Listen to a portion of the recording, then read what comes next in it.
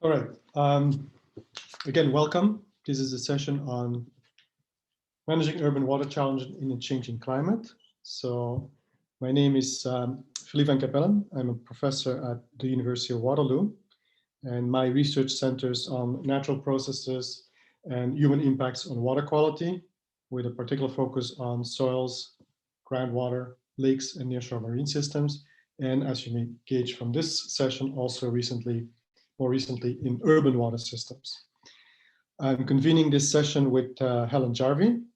She's also a professor at University of Waterloo, and her research interests are in river system biogeochemistry, with particular emphasis on nutrient, so phosphorus and nitrogen cycling, eutrophication and water quality from the watershed and to the global scale.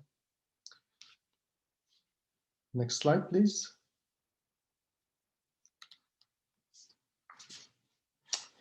So I want to start by acknowledging that we are all participating today from traditional territories of the First Peoples across the country. I am speaking to you from my home in Kitchener, Ontario, and therefore acknowledge that I'm on the Haldimand Tract, the land that was promised to the Haudenosaunee of the Six Nations of the Grand River. And the Haldimand Tract is within the traditional territory of the neutral Anishinaabe and Haudenosaunee peoples. In the context of Canada's efforts towards reconciliation with its Indigenous peoples, it's important to note that since the 1960s, Canada's Indigenous population has extensively urbanized. So it's estimated that today over a quarter of the Indigenous peoples are now living in cities. So many of the urban water issues that we'll be touching on today stand to benefit from closer and meaningful dialogue with Indigenous organizations and communities. Okay, so I must confess that before we get to the housekeeping, I must confess that Helen and I are organizing today's session in no small measure for our own benefit. Neither of us are experts in urban water systems. However, together with other colleagues, we were recently awarded a Global Water Futures project entitled Managing Urban Eutrophication Risks Under Climate Change. So this project fills a recognized gap in the portfolio of Global Water Futures projects in which the risks and management of urban water quality issues had remained largely underrepresented in the first phase of the program. So with the session today, we therefore want to highlight that urban water quality falls squarely within the scope and vision of the Global Water Futures program. And so as conveners of the session, we look forward to learning from the presentations and to foster deeper engagement with partners and stakeholders. So before starting, a few housekeeping items. For the audience, please ask your questions using the Q&A feature that you'll find at the bottom of your screen. Also, you'll have to, and you can do this after the talk by Dr. Maurer. Finally, we have a great panel of stakeholders which will join us and hopefully tie it all together. And once again, we hope that the audience will be engaged through questions to the Q&A feature. So the webinars, or this webinar, and in fact all the webinars of the meeting are being recorded and will be made available for later viewing. Closed caption is also available. Just hit the toggle, the CC toggle at the bottom of your screen. And please join us on social media using the hashtag GWF2021. Okay, next slide. So please note that we expect all conference participants to abide by the code of conduct. And if you want to have, you can read here the rules of the code of conduct. And it's really to essentially engage in scientific and non-scientific dialogue, but in a full respect of one another. Okay. So now it's time for the keynote presentation. So I will introduce our speaker for today, our invited speaker. And in the meantime, maybe Max, if you can get your slides up, or at least the first slide of your slide deck. So today's speaker, Dr. Max Maurer, is a professor at the Swiss Federal Institute of Technology in Zurich. He's also the director of the Institute of Environmental Engineering at the Institute of Technology. In addition, he is also heading the Department of Urban Water Management at the Swiss Federal Institute of Aquatic Science and Technology. So Dr. Mauer's research focuses on sustainable urban water management. And as you can see here, the title of his talk is Finally Breaking Free from the Ancient Romans, the Interdisciplinary Challenges of Modern Urban Water Management. So we're incredibly lucky today to have Max as our invited speaker. And so Max, please take it from here. Thank you very much, Philip. It's a pleasure to be here, quotation marks. It's kind of amazing with this online system. This morning I was in Munich at a panel, then the afternoon in Zurich, and now in Canada. And I really enjoyed it, even if I missed the traveling to Canada and actually enjoying the environment there in Canada. My talk is a fairly high-level talk, and the bottom line here is I'm addressing here what I perceive as a huge innovation deficit in urban water management. And when I'm talking about finally breaking free from the ancient Romans, then I mean kind of the approach that the Romans already adapted big time. And one of the key aspects there is that you actually go somewhere into nature, you source water, you transport the water into the cities. There it's going to be used usually once, and then it's going to be transported out of the water and dumped back into nature, and then nature can take care of it. We have sometimes some sewage treatment plants in between to kind of alleviate this burden, but we still rely very, very strongly on the urban, on the global water cycle to take care of our water use. And what you can see here is kind of a picture of the global water consumption for urban, for industry, and you can see here that a good part of just streaming linearly through our cities. And here the key underlying assumption I would like to put up is we have one scalable engineering solution when we talk about urban water management. So if somebody comes and says we need to take care of urban waste and urban water management in the cities, what you're going to build is pipes, and that's all we have available in terms of solutions. There's a whole bunch of other smaller solutions, but nothing is really scalable. And when I talk about scalable, I mean, can we provide a solution for 50 people, or can we provide a solution for 50,000 people? And it's still a similar approach. If you don't believe me, you saw the picture here. That's actually a very nice aqueduct in Nîmes, built by the Romans, still standing. And the lower picture, what you can see here is actually an aqueduct that provides water to Vienna, a city that is in one of the biggest rivers in Europe, and still they manage water resource area in the hinterland that's about 100 kilometers away, and it's about twice as big as Vienna itself, to provide them with water. So hinterland ecosystem services, still something that's very, very prominent, very similar to the way how the Romans managed that. We want to have another example, water supply. The Romans built lead pipe. You still can find lead pipes in many cities around the world, less and less, but still it looks kind of very, very familiar. And if a Roman would look at our wastewater removal, it also looks very, very similar. It's basically a big hole in the underground. It looks a little bit more sophisticated, but the water goes in there, gets transported out of the city, and that's about it. And this all has a price, a fairly high price. And there's two key messages I would like you to take away from this what I call the Roman system. It is predominantly a transport system. So it's pipes, and more pipes. And even when you look at the replacement value or the investment value that you're going to have here, just one example from Switzerland, it's the public network. So these are the sewers and the water supply that belong to the public and that provide the service by the public, but there's also a substantial amount of private pipes that are in private ground or in the house that are necessary to make this system work. And so very often we just talk about the public investments, but there's also cost involved for the private and the private entities to actually maintain these systems. And in Switzerland, the treatment plants, the water supply plants, and also the wastewater treatment plants, they are, in terms of investments, a really small minority. And what's very typical is it took Switzerland, a fairly rich country, about 50 years to complete this whole endeavor. We have basically everybody's connected to the water supply network, everybody's connected to a wastewater system. We have in a country with about 8 million people, over 200,000 kilometers of pipes. We could build a pipe system that goes 5 times around the globe.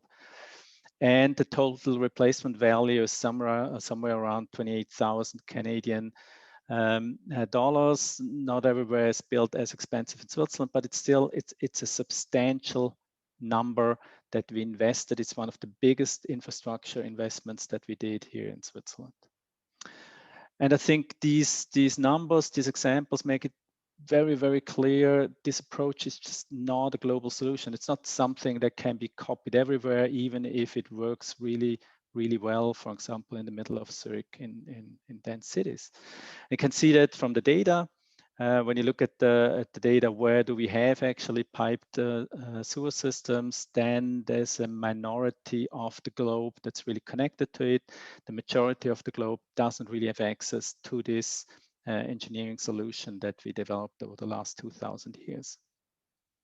And this situation will become more pressing.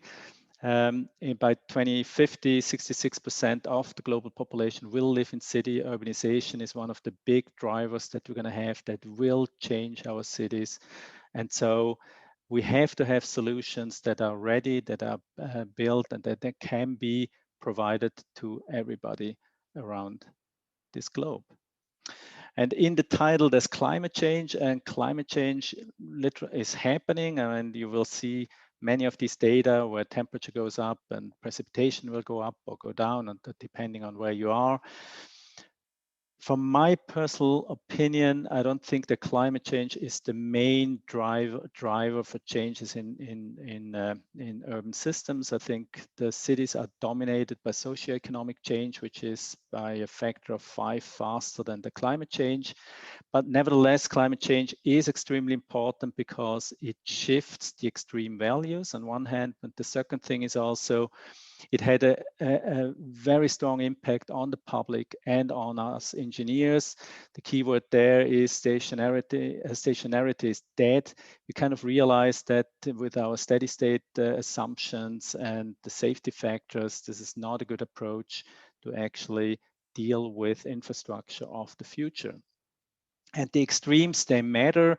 Here, one figure that you can see how the extreme events are changing over the last few decades. They are on the rise.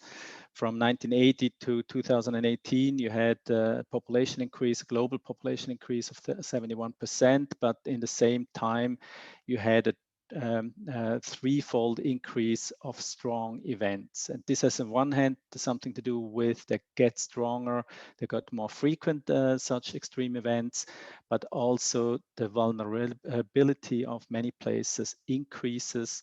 And so you have this doubling effect of the climate change compounded with the socioeconomic changes that you have there. So it does matter. And it does matter to find solutions that can deal with such events more better. And this is kind of the core slide that I would like to bring up, the 2 grand challenges that I see of urban water management. And the first grand challenge is going to be creating scalable engineering alternatives. So can we come up with something else but just putting pipes into the ground? It's the first big grand challenge I think we should face. And the second one is how can we lead the existing systems into an uncertain and also sustainable future? So what we have is also valuable. I mean, as I showed you the numbers. And so there's also something that should be thought about carefully, how we're going to deal with what we already have. I would like to focus a little bit on this point for several reasons, but they're all connected with each other. And I would like to show at the very end how I see these connections with each other. And these creating urban water engineering alternatives, I see 2 big topics that we are working on, and there might be more, but I think I would just come up with 2 examples. One of them is one alternative could be less transport. So I hope I could show you that the system that we have nowadays is mainly a transport system. We build transport network that hauls water from the hinterland into the cities and then back out of the city.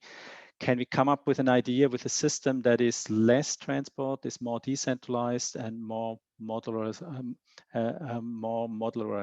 Modularized. Sorry about that. And then the second core approach is smaller water cycles. So the keywords here are circular economy, resource recovery, where we're gonna try to be more efficient, more water efficient within the cities.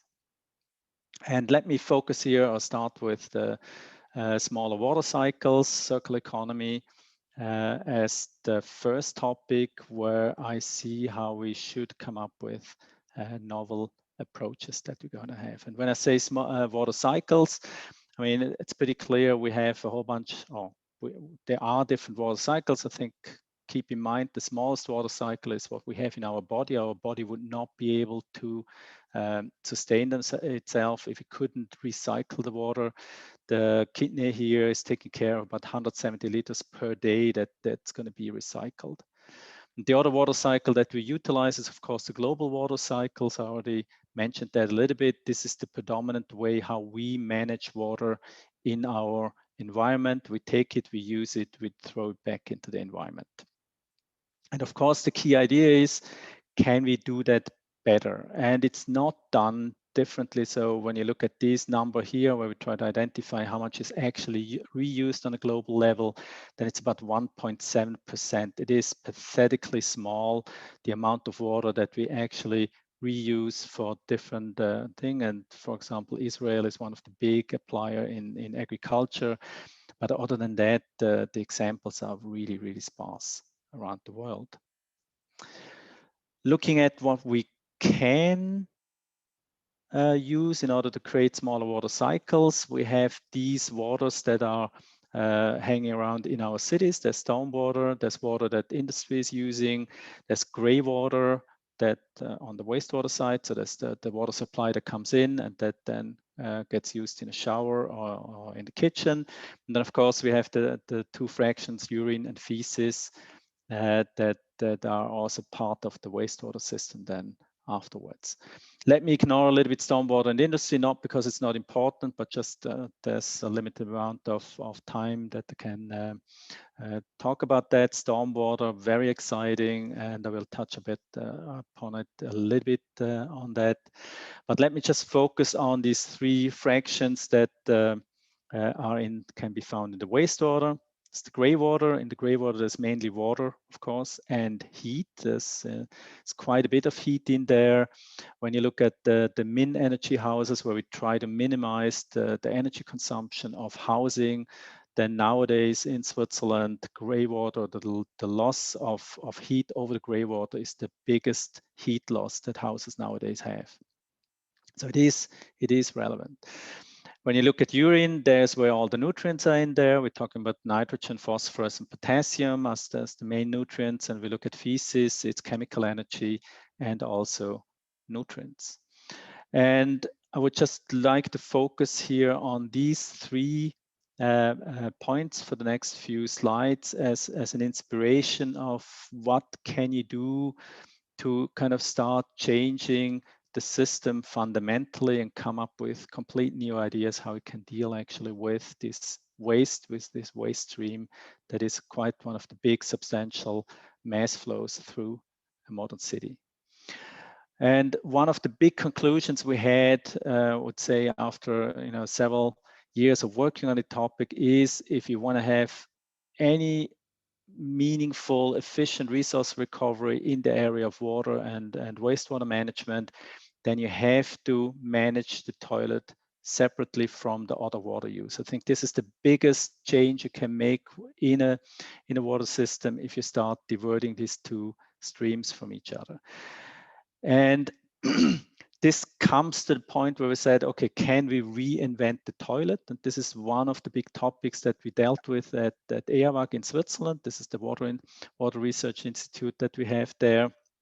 And I do realize that what I'm presenting the next few slides is very AWAC centric, but this was also what was requested by the organizers. Can you tell us a little bit what you are researching at? And this is not everything, and it's not only done by us.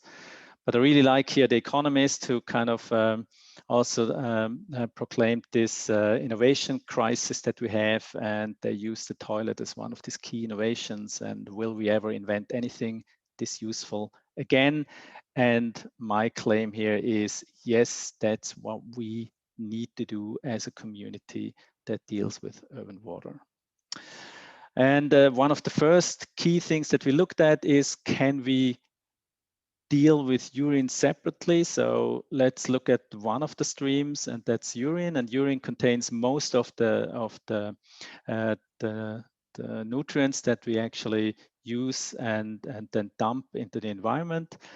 We talk here nitrogen, which is predominantly 80 to 90% in urine. Then also a good part of the phosphorus, a good half, 50% of the phosphorus that we excrete as human beings in an urban environment is coming via the urine. And then also potassium. So you have this NPK fertilizer that is actually that you produce on a daily basis. And compared to then the total water use, we talk about 1.5 liters per person a day. I don't know how much Canada is using, but in Europe, the typical amount of water that we use is between 120 and 160 liters per capita a day, which means urine is about 1% of the volume, but contains 80%, 50 to 80% of the nutrients that we then have to deal with either in the environment or then in the wastewater treatment plants. And so one of the crazy ideas that we had was dealing with urine. That was about 20 years ago. And then 2 years ago, we had actually a spin-off that has now a commercial fertilizer. It's approved, that can be used in your garden for pretty much anything, for flowers, but also for vegetable and food items. So this Aurine is now sold in different stores that you can then buy as organic fertilizer produced from urine that is then separately collected and processed. And here you can see the process train that was developed. And I don't want to go here into detail. So there's a biological process that stabilizes the urine. Then it gets purified. Micropollutants, pharmaceuticals get eliminated there. That's very important in Switzerland to do that, to achieve a certain sustainably or a long-term certainty that we don't do anything bad to our gardens and to our soils. And then we have a concentration. It's a distillation technique that with energy recovery, where we recover about 96% of the energy that we put in for the distillation process. The key thing I would like to say here is there's a lot of work that went into that. We looked at a lot of different treatment technologies, going from struvite production over membrane-based treatment things. So that there was a lot of research going into there until we settled on this train. But more importantly, what I would like to say here is this is not one technology. This is actually a whole chain of technology. And when you would like to change something so radically in a system like wastewater management, you need to think in terms of system and system chains. And the main example I would like to highlight here in this chain is the collection system, what we call the user interface, or simply the toilet. And for the longest time, we could not come up or not recommend urine source separation, just because there was no decent toilet around that could do this and could separate out the urine from the rest of the water stream that we have, until about 2 years ago. We had an industry partner that was willing to invest into something that is that actually then can be sold and brought on the market.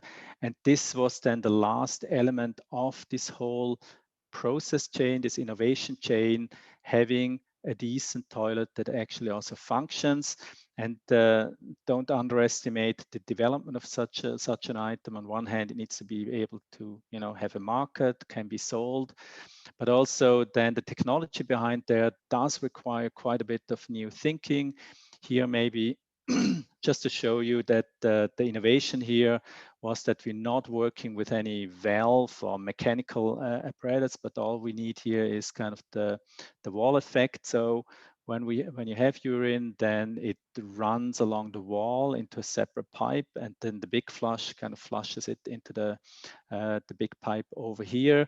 And here we used quite a bit of modeling technique to optimize this whole system so that it actually also can be reliably produced and reliably then sold. Another step was the Reinvent the Toilet Challenge that was then called or issued by the Bill and Melinda Gates Foundation. And this is also a step where we try to kind of think very hard about how we deal with water and wastewater in a novel setting. There, the request was that we're going to develop something for informal settlements, slums, usually called. It needs to be standalone. There's no connection possibility. There's no electricity. There's no water supply. There's no sewerage. There's nothing. And still, you need to be able to do your business. You need to be able to do hand washing. And we solved that by creating this user interface that has a water recycling unit where you can wash your hands, where you produce here safe and clean water.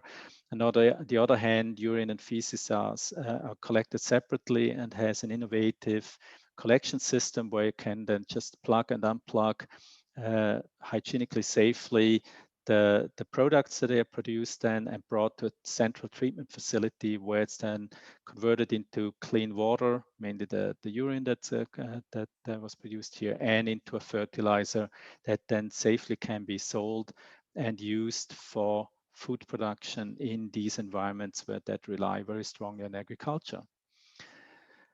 And of course, when you say the central treatment facility, can you also do that on site in the same facility? And this is what we're working on right now, the version 2, blue diversion autarky, where we try to kind of cram everything into an on-site facility. You can see it got a little bit bigger, and just to show you that these things actually also exist here. There is the blue diversion toilet, the first version in one of our toilets here at Ehrwag. And then this one is the thing that we put up close to our experimental facility. And this is actually Keynote, the PI of this project, pretending to know what he's doing.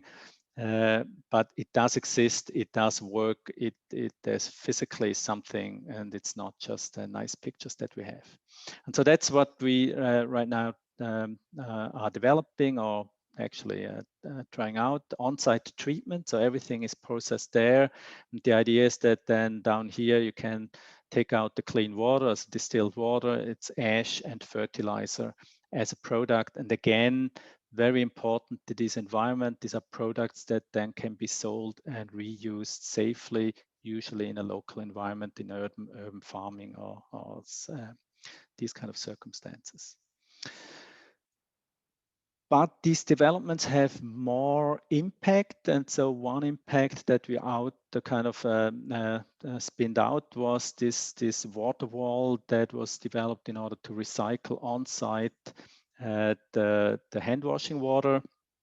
It's called Bambi. It's running on a gravity-driven membrane and a unit to actually decolorize and make it hygienically safe. And we took this unit out and actually tested it now in Durban as a hand washing station. Hand washing, the big thing in the last year, just to keep the people safe and healthy. And it received really good. On one hand, we got really good feedback, but it was also very, very well received. Mainly also because this is not this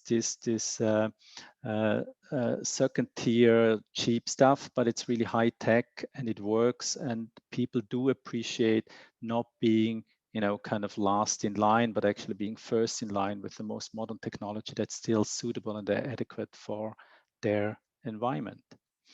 And this water wall is now also further developed water wall is further developed into a gray water processing unit. So this water wall, the idea is here to optimize that in a way that you also can put that into houses, directly into the apartment, so that the waste gray water can be treated and brought back to a fairly high level of quality that then hygienically safely can be reused for different things in the household or directly in the household.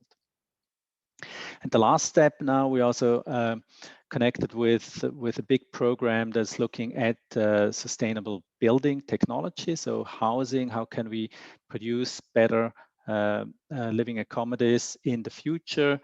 It's called Nest, and it's kind of a core building with offices and labs, but also then modules that you can then plug in, and different companies can then test their new ideas in terms of isolation. Or recently with a company who tested their spa system to produce or to have a spa that could be run almost energy neutral. And in this house, we run the water hub that deals with all these different streams: gray water, feces, energy, urine, producing then fertilizer, but we also have access to rainwater. And here we have the possibility, together with partner from practice, to actually look at new techniques, new approaches, new pipes to produce and recycle water and the fertilizers from these different streams. So let's move on to less transport as another just disruptive idea. Can we change something in terms of piping, less piping, and more decentralization? And here the key idea is going away from large centralized treatment, for example, towards then smaller thing. These are both dinosaurs. You have the big dinosaur and the small dinosaurs. Both have their own niche and have the possibility to survive then in different environments. That's kind of the key idea behind this whole approach. And this is not something where we are new or unique. I think this whole decentralization and modularization discussion is all over the place when you talk about the infrastructure and services around there. I think electricity is very clear in Switzerland. We have a lot of large dams that get to their capacity edge and have their own sustainability problems. And now the big push there is for more decentralized addition of energy, like solar and wind and other things. Very, very similar is also heat in Switzerland. Mainly dominating is decentralized home heating, but more and more we're going to build district heating in order to capitalize on waste heat that is produced in industry or in different places. And so this district heating is now built up. So we're going here from a completely decentralized system to a more hybrid and also more centralized system. And of course, everybody or anybody who's dealing with stormwater knows that here the hybrid system is something that will come. Internationally, it is called low impact development, or that's the US term. In Australia, it's called water sensitive urban design. Sustainable urban drainage systems is the UK term. The Chinese came up with the sponge city approach, but basically implementing or combining the centralized treatment-based approach with decentralized approaches that have maybe also more than just one function, and that can help with the extreme events, that can help with flooding, reduce urban flooding, and also then have some more added benefits like heat modulation, biodiversity increase, and things like that. So stormwater, very exciting. We do a lot of things there as well. And I'm guessing you're going to hear a whole bunch of things there today as well. But this is one of the big exciting things. And again, hybrid systems where you kind of complement the centralized system with decentralized elements and make it more robust and make it more productive as an overall approach. And this is, of course, what I'm right now talking about. Why not also wastewater? Now, there's no reason the technology is available. You can have single house wastewater treatment plants, or then you can build pipes and bring it to a centralized treatment plant. And right now we only have the right solution. Why can't we also establish scalable, robust system that have either both in there in terms of hybrid systems, or then just modular systems that run on the left level? And I think one of the key messages I have here is that when we talk about system change, so radical change, not just introducing nitrification or NMOX process or something like that, where you basically tweak one element of the whole system. But if you change radically how things are operated, then it's not just about sitting there and thinking very hard about the technology, but this is much, much more. It's highly interdisciplinary, because you're not just changing hardware, but you're also changing software. And software, as an engineer, I'm talking about people that have to deal with, but also deal with laws. You need to deal with guidelines. You have to deal with industry and supply lines and all this kind of things. So these are all, and my colleagues talk here about the whole socio-technical cluster that you need to have a look at. And so it's a classical part of systems engineering that has that requires the know-how of multiple disciplines to actually come up with solutions that are going to work. And just to go a little bit here into the nomenclature, I will talk about modular based approaches. And of course, here I'm talking about the central approach, where you have lots of sinks and one big, lots of sources and one big sink. And of course, on the other side, you have the decentralized or the modular approach, where you have lots of sources and lots of sinks. And then, and that's important to emphasize, there's also something in between, and I would like to call it hybrid system, where you have partially centralized systems and where you have also decentralized systems, or what you also can call here, the number of sources and sinks is somewhere between one and a lot, right? And on the right, the network systems, economies of scale. The larger you build the plants, the cheaper the plant's going to be in terms of service that they're going to produce. But on the left, and there's where it gets interesting, modular systems, they can profit from economies of numbers. And so when I try to kind of come up with a definition, I would say modular systems follow an industry logic, and this is completely different than the way how we build our systems right now. So when we build wastewater treatment system, this is a unique built, huge industry complex that's going to be there targeted for a very specific point. When you start talking about modular system, then we talk about the standardization, we talk about scalable market that can be much bigger than the catchment, economies of numbers, all these kind of things. And when you actually look at that, then this is a complete different industry. And for example, we work together with the innovation researcher. So if you change a system to its modular, then how does the industry follow? What does that mean? How does this innovation cycle then function? Who has to make the first step in order to create the market, or in order to be able to create the market to actually then get industry interested into producing?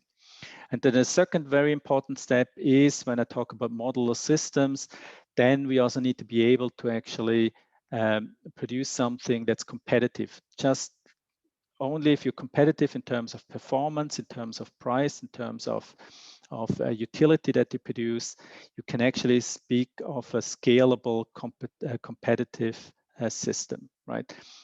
And this is what we're aiming at: scalable system, where you have then an option to say, let's go, either sewerage, or we're going to go for modular system, depending on, and this is now where the research go in, depending on the different factors that make one or the other optimal. And this is very much an ongoing research field. We don't really know too much about that, because a lot of things now are researched, are looked at, and I would like to just to highlight a few of the questions we asked, and maybe found a few answers.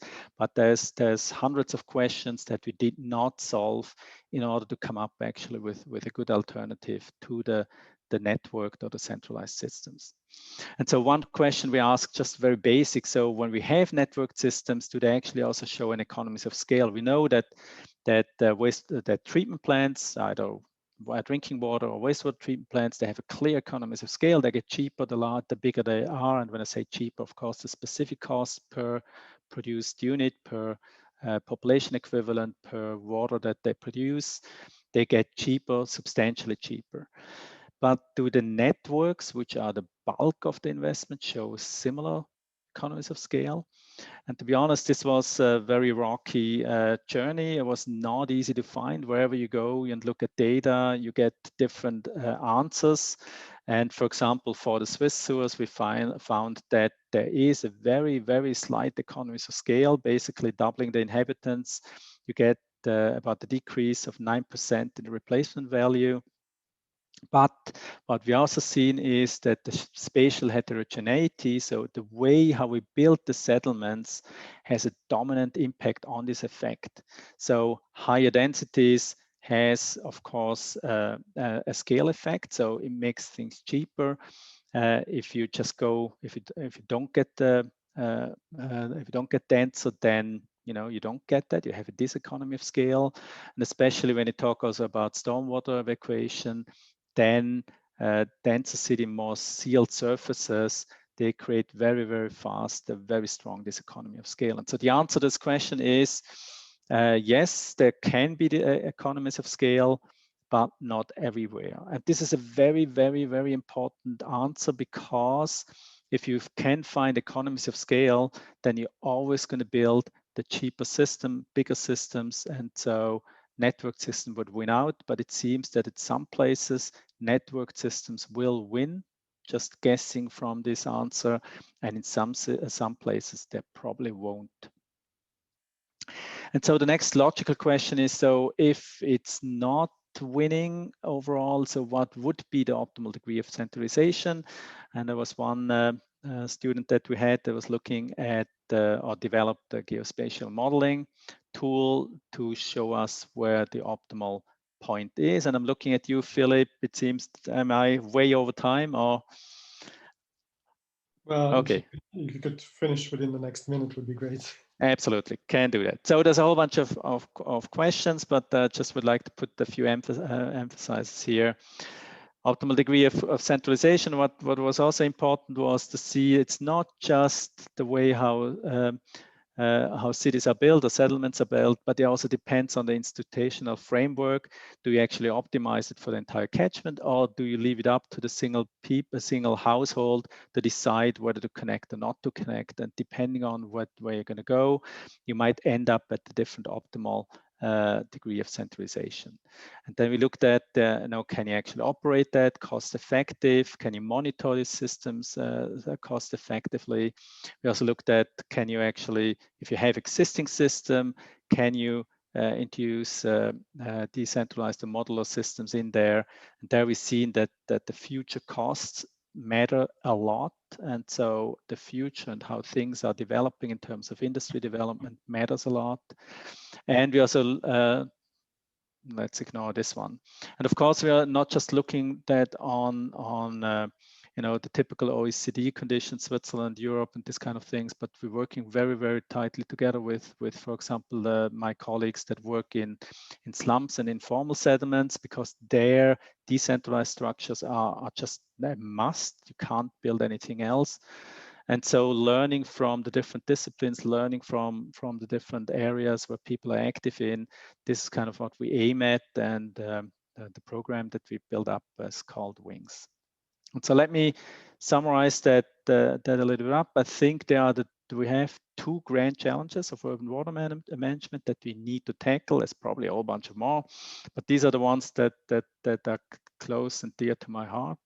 On one hand, creating an alternative, just something else that you can pull from to create solutions for a global urbanizing world. There's also strongly changing with a whole bunch of uncertainties in there. And the two suggestions that we are looking at is less transport, so decentralization, modularization, and smaller water cycles in terms of circular economy and resource recovery.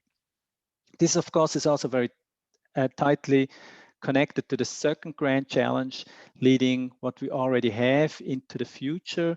I think there is not just maintaining what we have, but actually make it better.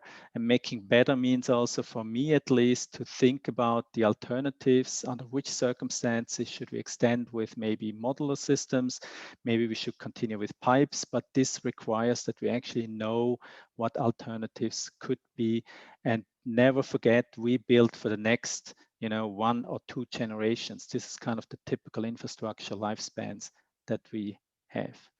And the last, and just to keep a systems perspective. It's not just about the little screw that you try to implement and turn, but you need to keep the whole system in view if you talk about urban water management as a system that needs to change and needs to adapt.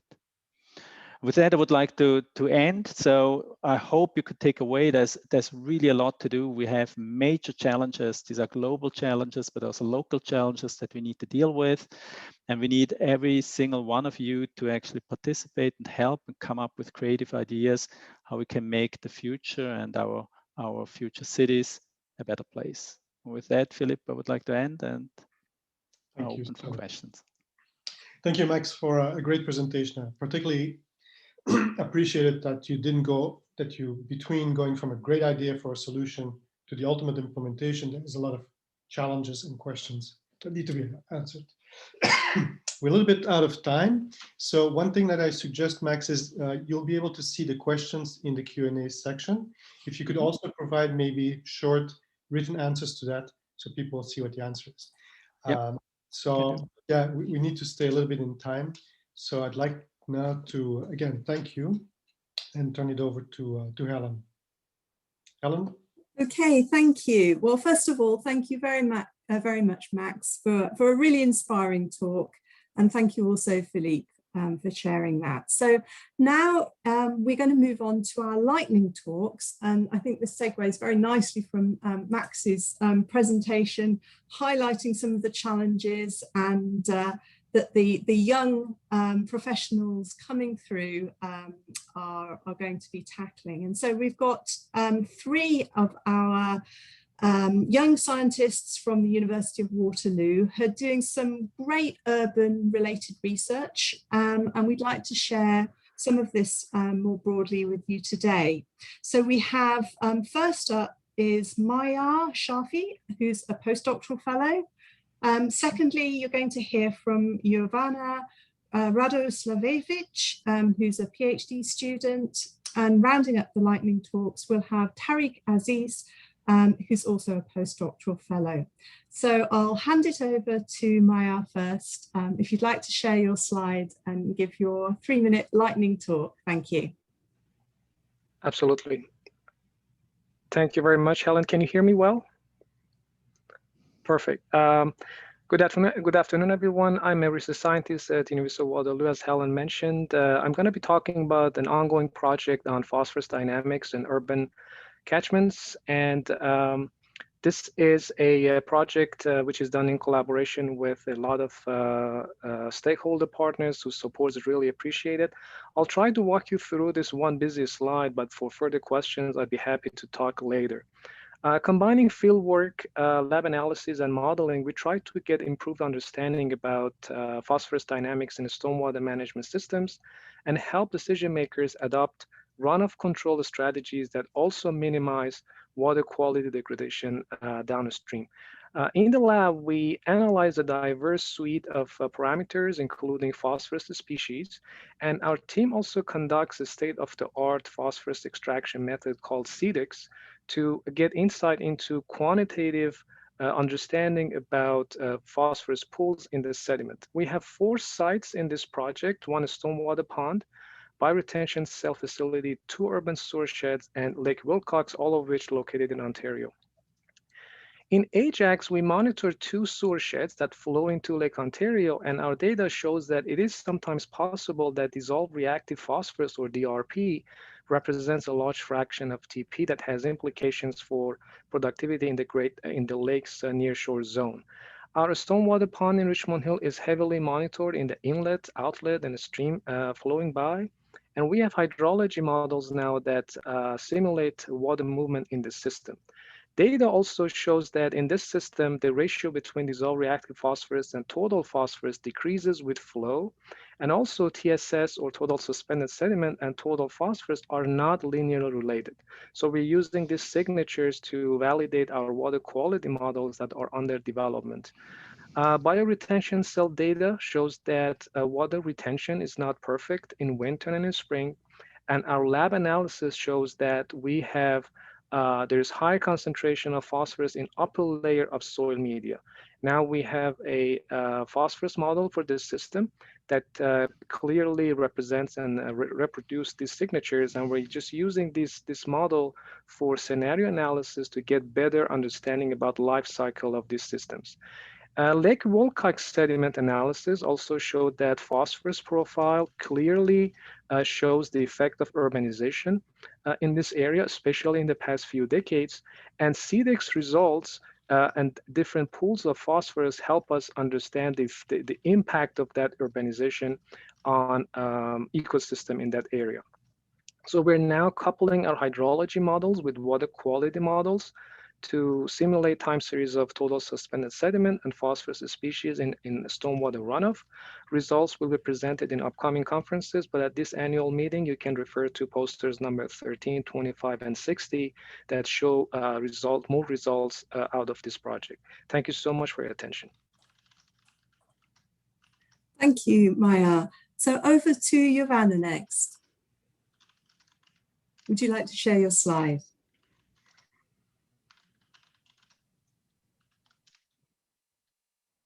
Thank you. Yeah. Hi, my name is Giovanna. I'm a PhD student in Eco-Hydrology Research Group at University of Waterloo, and today I will briefly talk about urbanization and climate change and how they influence on water quality deterioration. In many urban areas around the world, including in the Greater Toronto area, urbanization and climate change are 2 major stressors on water quality degradation. Some of the indicators of water quality degradation are increasing in nutrient and contaminants, harmful algal bloom are happening with increased intensity and frequency, and dissolved oxygen in water column decrease.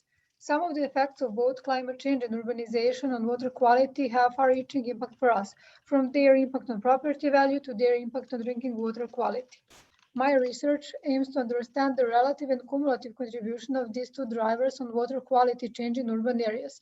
To do that, I'm studying Lake Wilcox, which is a small kettle lake in highly urbanized watershed. And here in red, you can see the urbanization within the watershed, and the rapid urbanization here happened in past 30 years. People from Eco-Hydrology Research Group, together with people in biology at University of Waterloo, collected Lake Wilcox sediment core, and along with other analysis, total phosphorus analysis is carried out. This graph here shows total phosphorus in sediment core, and here also I put some important events such as first farm development, cottage development, implementation, and the removal of septic tanks, and a significant decrease in urbanization. From this graph here, we can see that neither cottage development nor development of septic tanks had such huge impact on total phosphorus as urban development has, especially recent development of connected imperviousness, which could be observed here. Water quality degradation could be also observed from dissolved oxygen concentration in water column. From the graph, which is here on the right, it could be observed for a long period of anoxia, especially recently when we have more and more connected imperviousness. And also from the graph, we can observe that we have higher anoxia than earlier. In conclusion, from both total phosphorus in sediment and dissolved oxygen concentration in water column, we can see that water quality is degraded over time, with the greatest consequences in past 30 years when urbanization rapidly increased.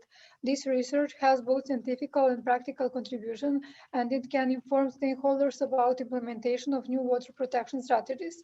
Since climate change is also an important driver of changes in water quality parameters, our next step is to evaluate climate change indices and to see to what extent climate change influence on water quality degradation, but also our main goal is to observe the cumulative effects of both urbanization and climate change. Thank you. Thank you. And over to Tariq finally.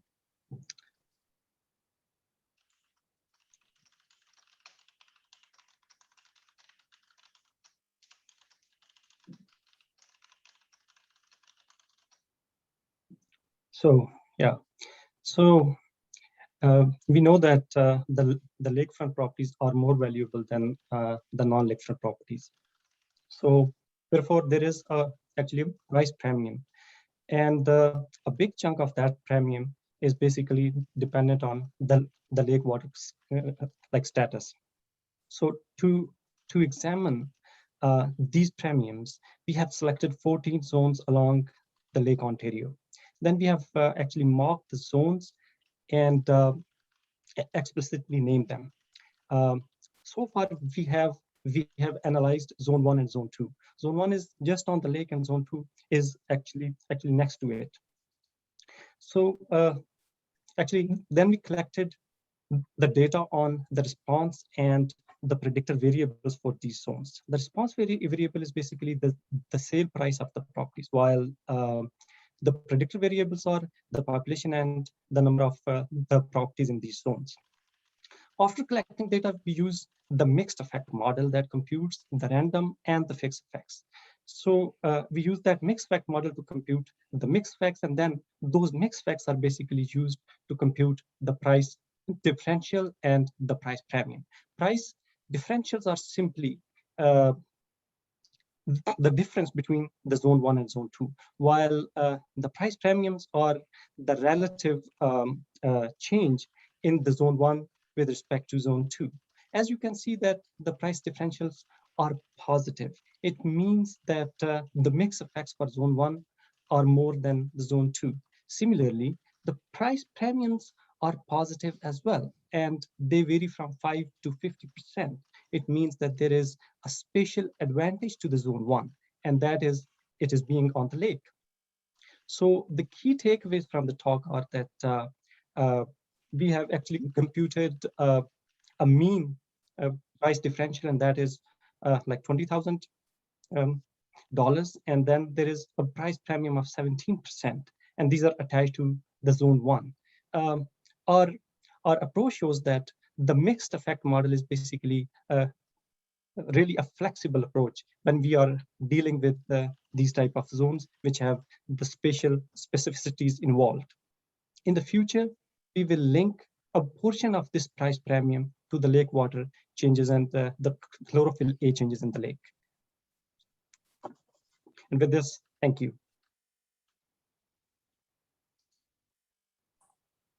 Thank you very much. And thank you, Maya and Giovanna as well. That was great.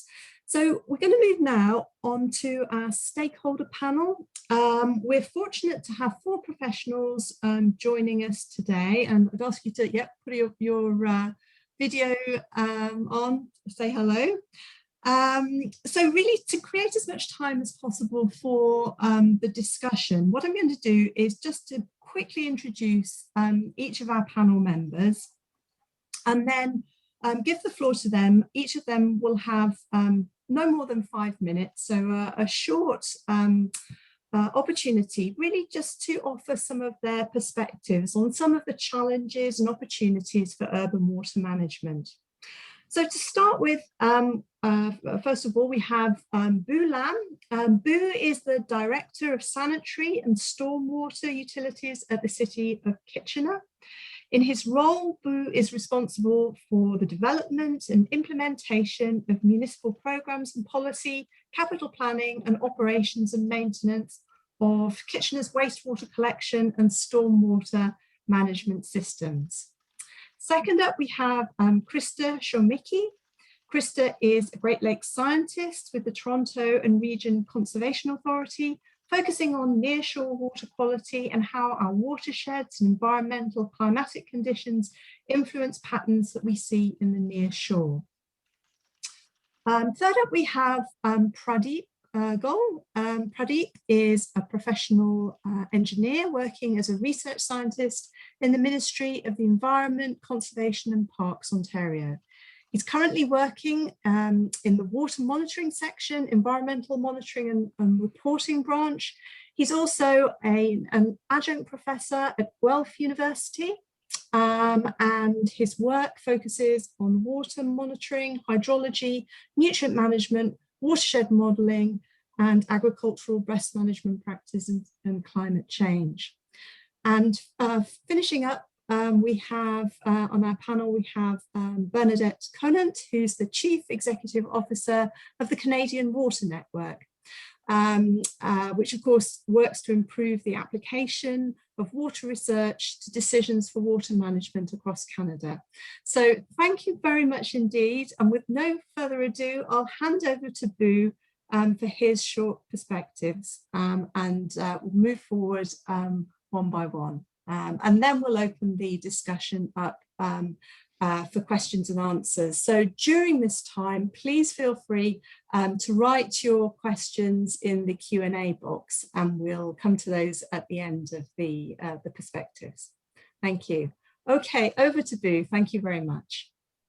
Thank you very much, Helen, for the warm introduction.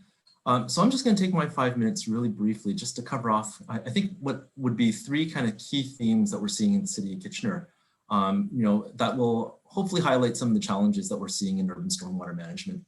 But before I do that, I'll just provide a little bit of context on the city of Kitchener itself. We're one of the fastest growing census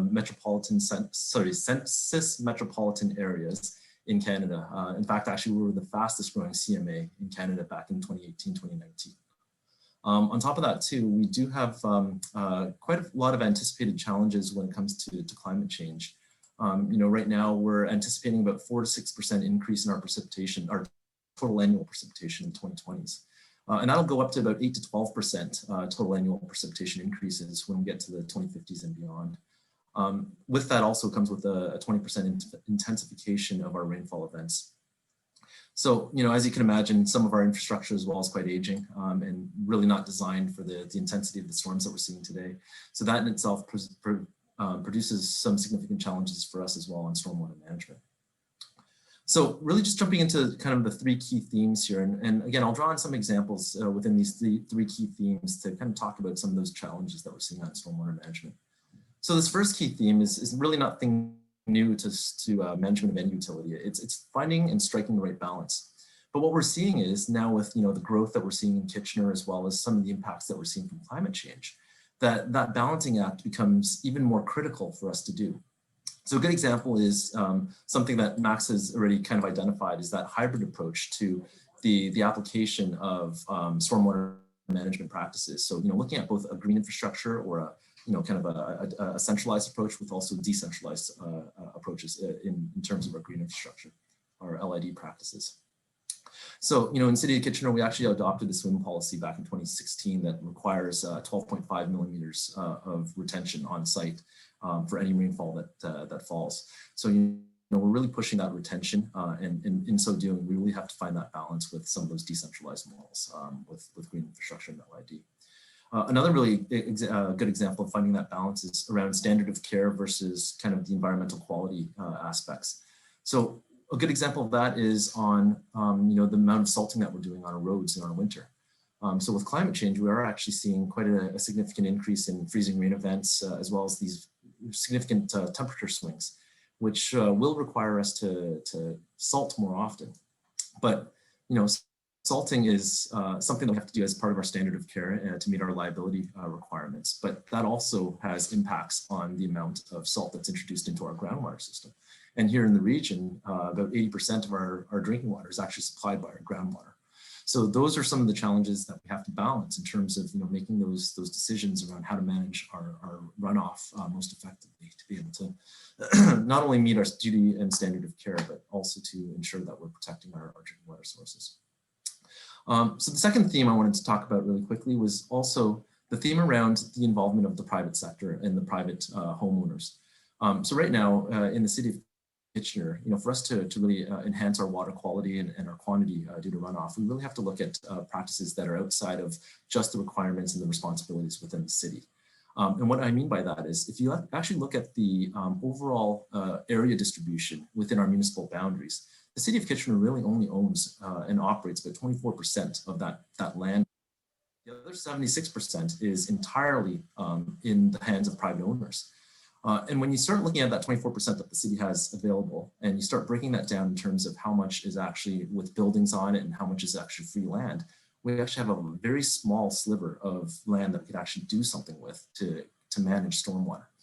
So it becomes ever more important for us to start engaging with that private homeowner and that private citizen to be able to support some of our stormwater water management practices. And what we're doing is we're looking at programs like a municipal incentive program that allows homeowners to tap into a rebate program that incentivizes them to put stormwater management practices on their private property. So that helps us in terms of controlling our stormwater management as well. And finally, this last key theme as well, just to wrap up, is really around looking at alternative solutions for how we manage our stormwater. Now, in the past, and I think going forward into the future, we do need creative solutions on the engineering side. But what we are seeing more and more now is the requirement for us to look at other solutions that are beyond an engineering solution. And what I mean by that is, we're seeing significant uptake in our on our operations and maintenance when we actively engage with our with our citizens within our municipalities. So, having strong engagement and education programs or having strong communications programs are a significant avenue for us to move forward as well as to adopting good long-term solutions for managing pressures. And similarly, we're also seeing a significant increase in, equity and affordability challenges with increasing rates. So having financial models that are implemented as well become a very significant component of the sustainable approach that we want to be taking. So with that, I'll turn it back over to Helen and the other panelists. Thank you. Thank you very much indeed, Boo. That's a very helpful insight into the view from the City of Kitchener. So I'll move now to Krista. Krista, you have the floor for 5 minutes. Hi, thanks, Helen. Well, I guess TRCA is the largest of the 36 conservation authorities in Ontario. We have 6 member municipalities, 9 watersheds, and a highly valued waterfront. And some of the things that we do include developing watershed plans for our municipalities, which inform their long-range planning. And we also provide implementation tools to manage water resources and ecosystems. Now, our watershed plans are a scientific and defensible approach for assessing land use and climate-related impacts on issues of water management, so things like flood risk and infrastructure design. And they help integrate land use and climate change mitigation and adaptation opportunities with the goal of providing guidance to the municipalities for formulating and I guess implementing like their land use and infrastructure plans. And so I guess I'll take my time and just kind of talk about the key water related issues that we're dealing with and how we're planning to adapt to these pressures. So the key water related issues kind of fall into 2 categories for us. We have natural hazards, which are often stormwater related. So things like our urban and riverine flooding, in-stream erosion, things like that. And then the other category is natural heritage, and that includes in aquatic and terrestrial ecology and biodiversity. And these are highly integrated in nature and in many ways are connected by hydrological connections. So when they're affected by stormwater and they can be affected by stormwater and hydrology, but they're also impacted by other things like thermal regimes, water quality, freshwater salinization, chemicals of emerging concern, microplastics, things like that. So we're working to adapt to future pressures and demands in a number of ways. Water resources are managed in the face of land use and climate change for us, and this is for protecting and restoring natural systems, but also for protecting people and their property from natural hazards. So our organization is quite large, and we have expertise on a number of things, including ecosystem science and management, restoration and watershed planning, land use and infrastructure planning, stormwater and low impact development practices. And we're often providing workshops and tools for our partners. So one of those things that we try to work towards, like Boo was mentioning, is that education component is trying to engage these private landowners. Other things that we do within the organization is we have this expansive hydrometric network across our jurisdiction and a flood forecasting system. We update our flood models every 10 years. We're working on things on examining how wetland functions are affected by land use and climate change. And we're working to protect or create suitable habitat for aquatic and terrestrial species to mitigate and adapt to the impacts of land use and climate change. So TRCA has led and supported a lot of different initiatives that help Toronto and the surrounding region to mitigate the impacts of land use and climate and adapt to the uncertainties of climate change. And this includes developing a framework to complete rapid assessments of aquatic, terrestrial, and groundwater vulnerability. And this was originally done for Peel to determine how the environment is vulnerable to climatic factors. And then it was rolled out to the rest of our jurisdiction. And more recently, we're working with other CAs to complete a similar vulnerability assessment for a Durham region. So essentially what we do is we're trying to identify factors that make these natural systems vulnerable to climate change impacts, use certain indicators to assess the level of vulnerability, and then this information guides us towards conservation, restoration, and climate adaptation initiatives targeted towards these sensitive areas. One example would be looking at thermal regimes in our waterways to see if they support diversity, and then identifying stream reaches that we need to restore or manage. These assessments are done on different scales based on data availability, and a lot of the time we have fragmented data for aquatic and groundwater systems. So there's coarser resolution vulnerability assessments associated with them. I'll just finish by saying that we have a lot of teams working on different solutions and a number of different research needs and knowledge gaps that I'd be happy to share during the question period if interested. Thank you very much, Krista. I mean, it's great to get a view from the shoreline. So we'll move now on to Pradeep. Pradeep, over to you. Oh, thank you very much, Dr. Helen. So I think first I would like to thank Dr. Philip and Helen and the organizing team for organizing this wonderful event and giving us opportunity to share some of our points.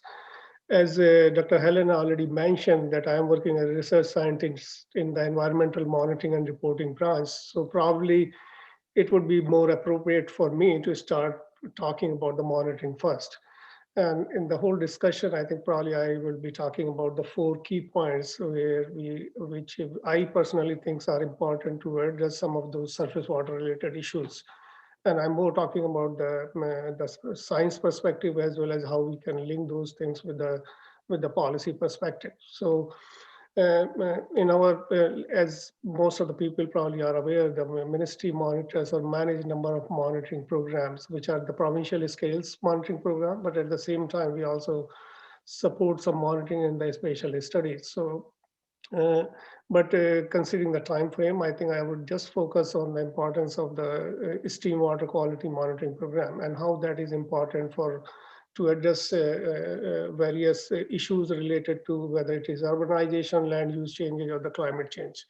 So we have a provincial stream water quality monitoring program where we monitor almost 400 location all across the province, but the limitation of this program is we collect only graph sample 8 times in a year at 400 locations. This program provides a very good overview of the water quality in the streams across the province. But at the same time, the limitation of this program, it cannot address all the issues. So in 2007 and 2008, realizing the importance of the climate change and detection, as well as the climate change adaptation planning, Ministry also planned or developed a integrated monitoring program where we have the 7 stations across the whole province, where we monitor water quality, flows, as well as the climate parameter and the groundwater quality also. Unfortunately, we could not focus on those stations because of various competing priorities. So we are trying to revive the collection of the program and see what additional water quality or what parameter we really need to collect to support those adaptation or detection related priorities across the whole province. And I also wanted to mention that most of the programs are somehow linked with the water quality in the Great Lakes. Okay, so there is a bias somewhere in this monitoring and whatever work we do sometimes, so we can think about it. But the importance of science and monitoring has been clearly identified in the recent Canada-Ontario Lake Erie Action Plan. So we give a lot of importance to the monitoring.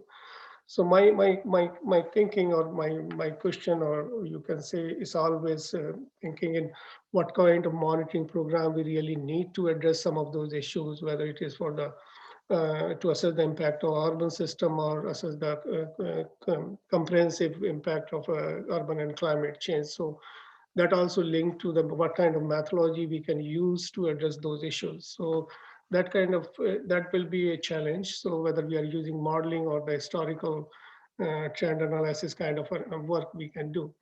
So, but one thing we have realized that in addition to monitoring, we also need a supporting information, which is basically the changes in the land management and the land use in the watershed. That's how we can probably link the whole system. So that's one part. Second part, I really wanted to identify or to address, like we have to really give a lot more importance towards the hydrology, because we really that is changing very fast in our system. And a lot of the, whether it is modeling or other techniques, what we use are not able to properly represent our system. And we really don't understand some of those hydrological component also. So somewhere, I think probably we need to give a little bit more emphasis or importance to the hydrology. And some of our analyses have indicated that that flows in the streams have changed during the last few years or the last decades. And the changes are quite different from the urban system to the rural system. So we really need to quantify those changes and to find out what are those approaches we can use. Third topic I really quickly want to cover is the water quality. And as I mentioned in the Ontario Lake Erie Action Plan, it has been clearly identified what kind of support and what kind of development we need in the water treatment technology. And I'm not the expert on the water treatment technology, but definitely I think number of people have highlighted that we have to continue to support improvement of those technology and how we can do. But I am taking this opportunity at the same time to highlight that we have to give some more emphasis on the non-point sources also. And when we talk to non-point sources, we have to really need to quantify like what kind, how much, what kind of sources are contributing those loading or the concentration in the stream. So, but another, when we talk about the non-points, we are talking about the identifying the sources, quantifying of the loading, but at the same time in that action plan, there's and I think View has already mentioned about it, there's a lot more emphasis is now being given to the green infrastructure and low impact development technology. So we know these technology are really good, these are working, but at the same time, being a scientist, I think we need to really assess the effect of these at the watershed or at the larger scale, how effective these are. We definitely continue to improve the functioning of these technologies. So to be sure that we have to, and we have started, like I think Dr. Phillips' team is doing a great work, but we have also started a project with the other researchers to mainly identifying the sources on the system. And I think probably just the last question or topic I want to say, we are increasingly relying on the watershed modeling, whether it's the water quality, watershed modeling, but I think we have to be careful, or we need to focus more on how these watershed models are basically working for our conditions. Are they really capable of simulating our condition, or yes or no? There are a lot of researchers are working, but we'll continue to support these work and continue to improve those modeling. So I think those are the 4 points I really wanted to highlight during this point. I'm not sure. Thank you very much indeed, Okay, Pradeep. It's great to get a view from the provincial programs. So to round up our panel discussion, I'd like to ask Bernadette to give us her perspectives. Thank you, Bernadette. Will do. Thanks, Helen, and thanks. Make sure I'm not muted. And thanks to the organizers of the event. So this is great. So I'll try to keep us on time by just hitting the highlights of the points. And as you introduced me, Helen, you talked about the sort of the role of Canadian Water Network in our post networks of centers of excellence identity that people notice as now a national not-for-profit. It really is about the focus of getting relevant information informing decision making, but we really work in that space. So the Canadian Water Network purpose is getting communities to the future they want through water. So for this AGM and this group's interests, I think clarifying is, yes, we work very much in that sort of connecting, collaborative, curating space to improve the so what of the science and get more uptake. But we don't do it in a conventional kind of linear approach of, here are the research gaps and therefore, boo, what research gaps do you have? And I'm going to do a research project on that, because we find in this very sort of complex connected system where decisions are made by things other than the result of science. So again, using Boo's example of road salting, it's actually the liability of legal liability, not even just provincial regulations, that are actually the drivers on what's able to be done. So we really, this whole discussion, I think, is rich for this group and the value. And so shout out to Nancy Goucher and those that work on this knowledge mobilization space. It's really about bringing, not just saying, here's what the science is and how can it be used, or this is what your monitoring program should do. It's about bringing those groups together and kind of collectively finding where there's sort of benefit in moving forward. So I'm famous for saying it doesn't matter how right you are to researchers if nobody believes you or if nobody's using it. Right. And so the use of the science will be different depending on the question. So really we focus on that. And I won't go through the questions, Helen, happy to talk to GWF and participants later about it. But I'll just tell you that for our own municipal consortium, we have those sort of organize much of that discussion and networking currently around 4 key themes that have been taken from the relevance to communities and municipal water management. One is crossing the public-private divide. We already talked about that. That's both the lack of control for a public good of what happens on the private side, like stormwater, or managing drinking water and the lead in drinking water in homes that have lead in their pipes. 2 great examples. Prioritizing and addressing forever, everywhere chemicals. I stress adding everywhere because it's not just about the water that gets to your wastewater treatment plant. It's chemicals that tend to be ubiquitous in the environment, and what's the role of wastewater in controlling that. Achieving equity and improved public engagement. We heard that a lot about how much importance is given to the public engagement, and increasingly now to the equity piece, and that's great. And the lastly is identifying shared risks, co-benefits, and doing so to create sort of the best business cases. So those are our themes, Helen, so I'll give it back to you. Thank you very much, Bernadette. And I think, these themes of connecting the policy, practice and research communities and with communities in local areas is so important in terms of meaningful action moving forwards. So I'd like to thank all of the panelists for your insights today. That's really helpful, and it's particularly helpful for us researchers just starting a new project, to be building the links with our stakeholder community. So we've opened the up for questions and answers, and I have a couple of questions in the Q&A box. So I'll start off with a question from Trang Li, who says, thank you very much to all the panelists.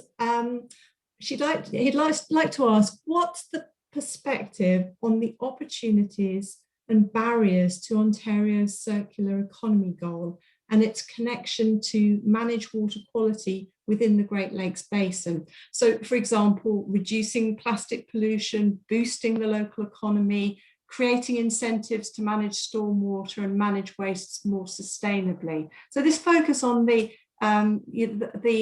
circular economy goal and opportunities and barriers. Anyone like to take a go at answering Trang's question?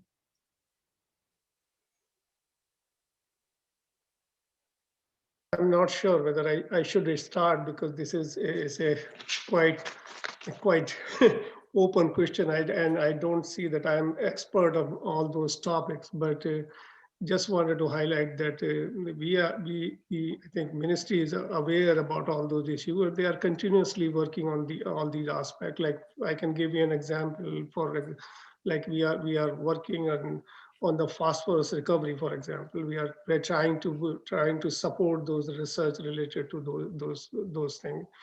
Ministry is continuously working and to quantify the issue related to the plastic pollution in our watershed, but the near shore. So I think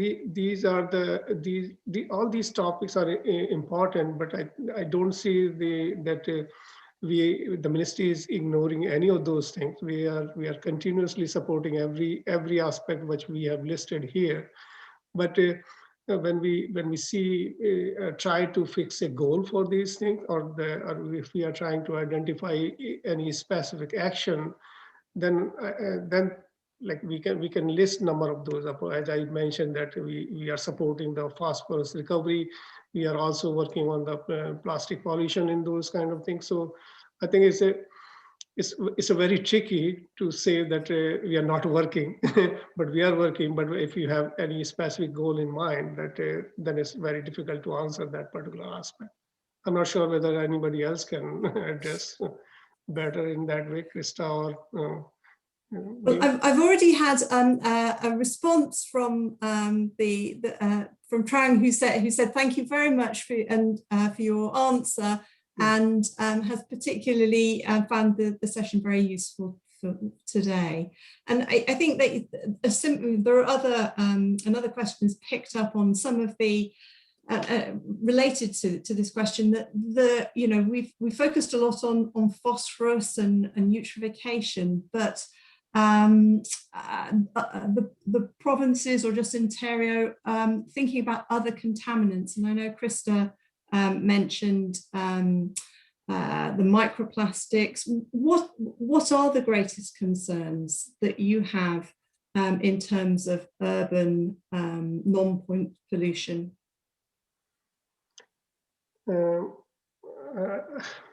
I think for the urban, immediately what things comes to my mind is obviously the high chloride concentration. The road salt is the big issue, and I think probably every province, I think, is struggling to address that particular aspect. And considering our growing population and increasing use in the salt, I think that's the one major issue that we are trying to address. And obviously the other, we already mentioned about the microplastics or other emerging contaminants.